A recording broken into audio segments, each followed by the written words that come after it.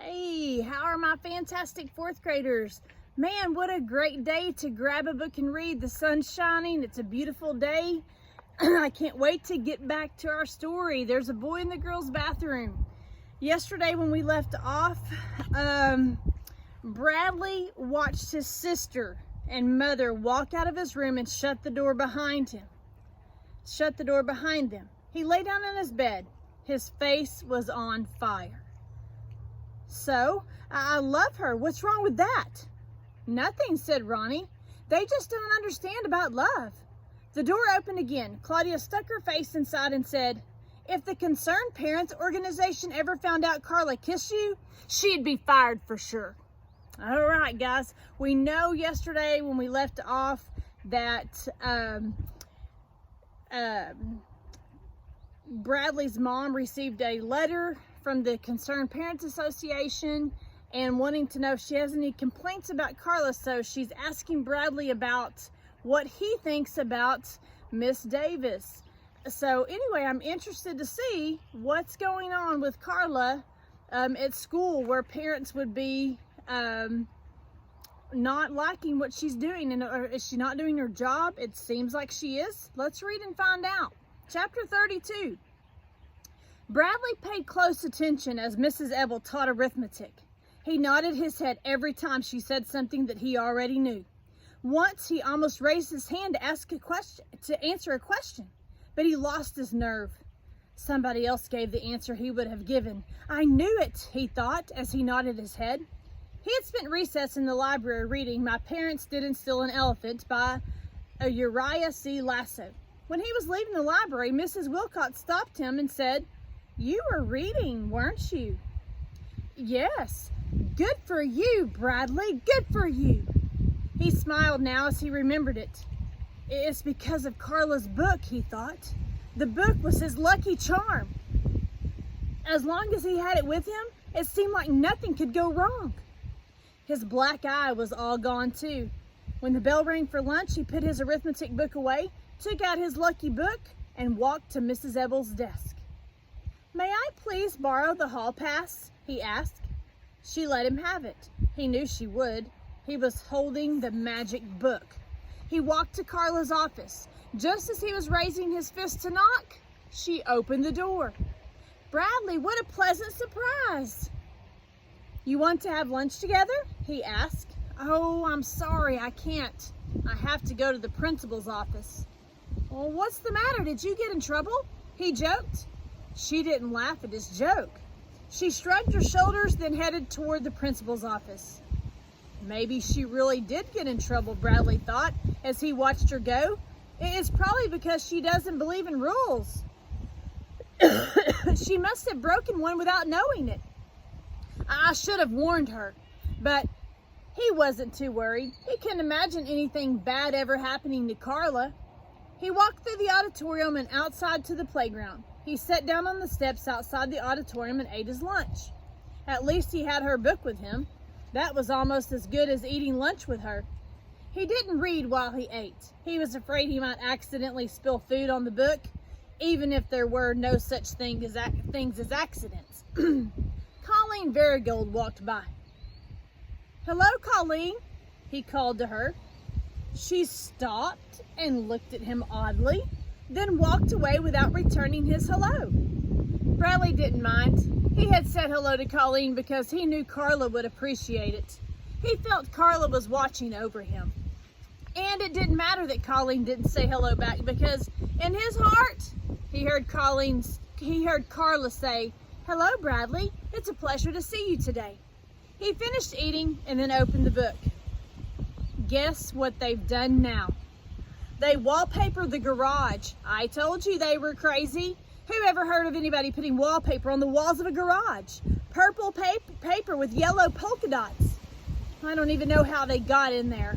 The garage has been locked shut for months. The lock was broken or something, so nobody could get in.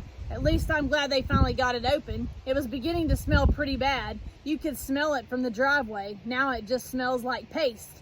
I can't wait until my parents get home and put an end to all this craziness. Their trial is next week. They have to be found innocent.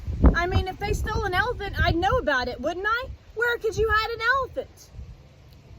Look, he's reading, said Robbie. I didn't know he knew how to read, laughed Curtis. Bradley looked up.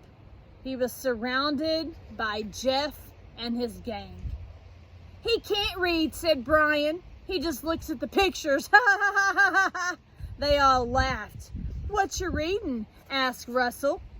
Bradley closed the book and slowly stood on the concrete steps. Chicken chalkers, said Dan.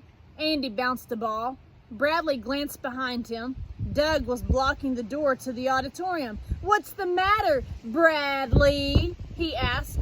Hey, Chalkers, what's the name of your book? Asked Robbie. He looked at his book, then stared defiantly at Robbie. Let me see it, said Robbie.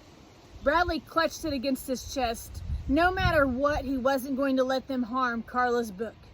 Come on, Bradley, be a pal, said Robbie. I just want to see it. Curtis chuckled. Robbie stepped up toward him. You can't read anyway, he said. Give it to me and I'll read it to you. He reached out and rested his hand on the book. Bradley jerked it away. I think he's getting angry, said Brian. I just want to see it, said Robbie. Again, he reached for the book. Bradley held it under his left arm and against his chest. He made his right hand into a fist. Robbie backed away. Jeff, he called. Come on, Jeff, teach him a lesson, said Dan. Jeff stepped between Andy and Russell. All right, said Curtis. Hold on, said Andy. Let him get off the steps. The boys backed up. Bradley, clutching his book, walked down the concrete steps to where Jeff was waiting. Do you want me to hold your book, Bradley? Said Andy. Bradley glanced at him. Don't worry, he said sincerely. I won't hurt it. Bradley handed Andy the book, then looked back at Jeff. They stood on a patch of grass and dirt and faced each other. The bruise around Jeff's eye had turned brown with a greenish tint. Jeff raised his fist. The other boys formed a circle around them. Come on, get him, Jeff, urged Brian. Give him another black eye, said Russell. Bradley readied himself. He raised his fists in the air, and then he lowered them. He had an idea. Hello, Jeff, he said. Robbie snickered. Jeff stared at him wide-eyed. Hello, Bradley, he replied. Bradley smiled. He held out his hand. Jeff smiled too. It was his first honest smile in a long time. He shook his best friend's hand. The other boys were dumbfounded. No one said a word. Andy finally broke the ice. Do you like to play basketball, Bradley? He asked. Bradley looked at him bewildered. I'm not very good, he said. So, none of us are, said Jeff, patting him on the back. Now, we'll have even teams, said Robbie. Chapter 33. Bradley was terrible. He dribbled with two hands. He passed the ball to people who weren't on his team. But worst of all, whenever anyone passed the ball to him, he said thank you. He never shot at the basket. He didn't dare. Finally, after his team was losing 28-6 anyway, everyone told him to try a shot. He looked around for someone to pass to. Jeff sat down so Bradley wouldn't pass it to him. Just shoot, he said. The rest of his team sat down too. Shoot it, they said. Everybody on the other team sat down too. Shoot the ball! Bradley faced the basket. His tongue slipped out of the corner of his mouth as he carefully aimed, then threw the ball high in the air. It hit the back of the rim, bounced against the backboard, then dropped through the net. Great shot, said Jeff. Way to go, said Andy, patting him on the back. At first, he couldn't believe it. But then he saw Carla's book lying on the ground at the base of the basket. No wonder, he realized. Everyone headed for the water fountain. Bradley went along too, even though he wasn't thirsty. But then, once he got there, he realized he was thirsty. He just hadn't noticed. Good game, Bradley, said Brian. You just have to stop passing to people who aren't on your team, said Dan. Maybe you should give the rest of us on your team black eyes too, said Robbie. Then you'll know who to pass to. Everyone laughed, even Bradley. He and Jeff were the two last the last two left at the water fountain. Everyone else had already started back to class. As they drank, their eyes met, and they broke up laughing. "How did you get the black eye?" Bradley asked after he stopped laughing. "Melinda," said Jeff. Bradley nodded. "She's strong," he said.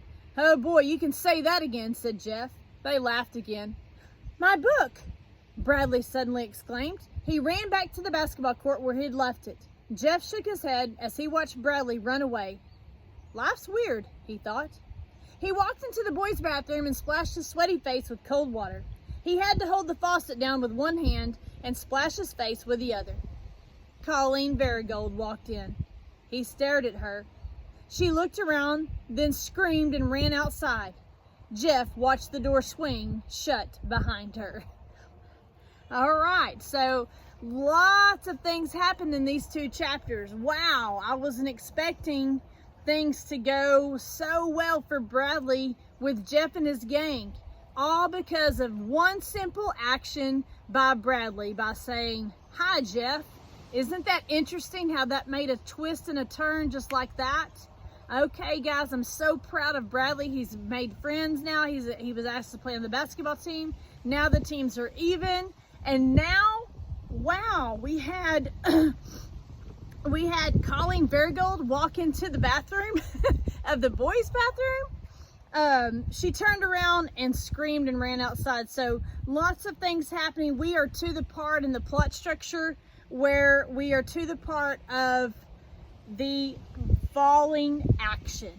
Okay, guys. Shout out to Colton, too, for making comments in Google Classroom. I forgot to mention that earlier. Hope you guys are having a great day. See you later. Bye, guys.